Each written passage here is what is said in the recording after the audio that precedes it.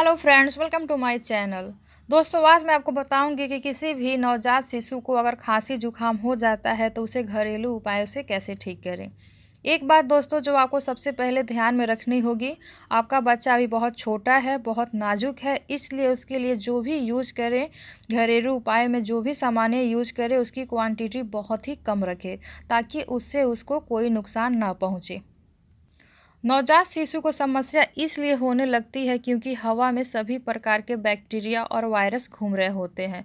आजकल हवा भी बहुत ज़्यादा पॉल्यूटेड हो गई है, इसलिए छोटे बच्चे को सर्दी खांसी होना आम बात हो गया है। इसलिए इसकी समस्या उनको हो सकती है, या फिर घर में किसी को सर्दी खांसी है और वह शिशु के टच में रहेगा तो उससे भी उसको सर्दी खांसी हो जाती है।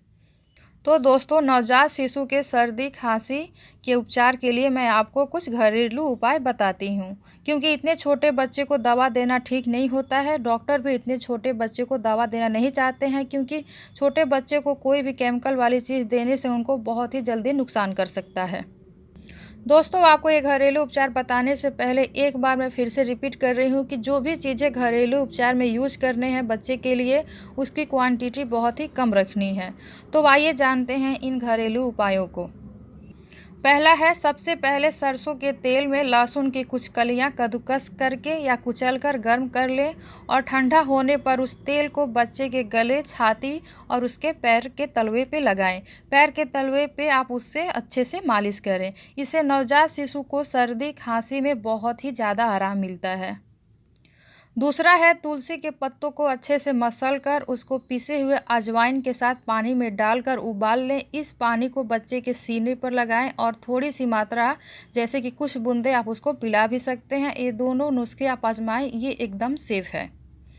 तीसरा है, तुलसी के रस के कुछ 1 से 2 बूंद माँ के दूध में मिलाकर उसको पिलाएं। ये नुस्खा बेबी के जुखाम और खांसी दोनों में असरदार साबित होता है। इससे बच्चे की जुखाम और खांसी ठीक होता ही है, साथ ही में जो कफ बना हुआ होता है वो भी ठीक हो जाता है।